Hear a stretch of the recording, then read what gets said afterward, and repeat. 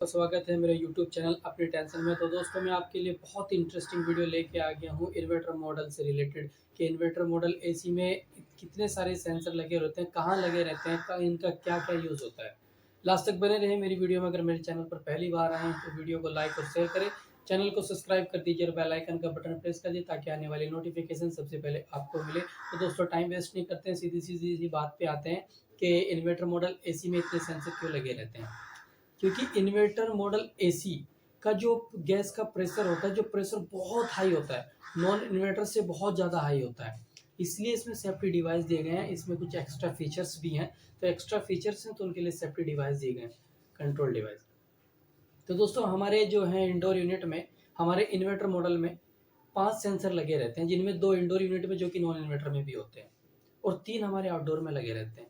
जो हमारे indoor unit में सेंसर लगे रहते हैं, पहला सेंसर होता है हमारा रूम टेम्परेचर सेंसर। ये हमारे रूम के टेम्परेचर को सेंस करके एसी को बताता है, एसी के माइंड को बताता है।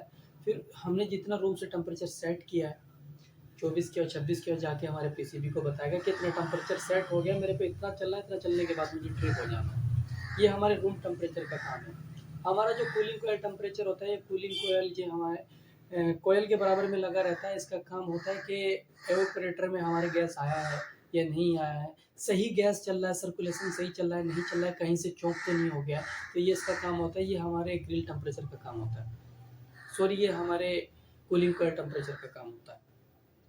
तो दूसरा अब बात कर लेते, ये थे 2 इंडोर के सेंसर। अब बात कर लेते हैं आउटडोर के सेंसर क्या होते हैं जो हमारे आउटडोर यूनिट में लगे रहते हैं। एक आउटडोर यूनिट में हमारे कंप्रेसर के पास डिस्चार्ज पाइप से कनेक्ट रहता है एक सेंसर। जैसे हमारा कंप्रेसर गैस को कंप्रेस करता है, किसी भी सिचुएशन में कभी कभी ऐसा होता है कि प्रेशर बहुत ज़्यादा बढ़ जाता है, हाई प्रेशर हो जाता है। हाई प्रेशर होने के कारण कंप्रेसर के फटने के चांस ज़्यादा रहते हैं। तो उस सिचुएशन में ये हमारा सेंसर कंट्रोल करता है।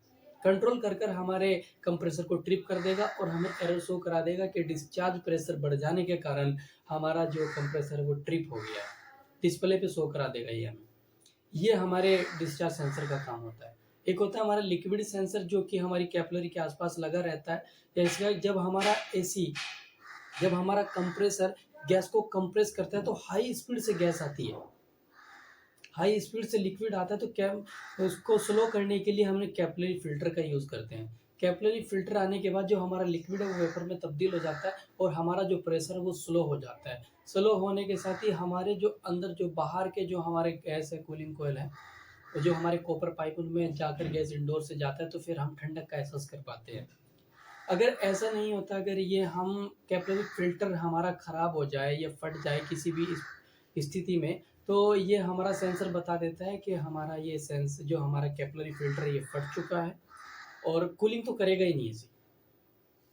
क्योंकि जो हाई प्रेशर है वो कंटिन्यू हाई प्रेशर आएगा तो कूलिंग नहीं करेगा।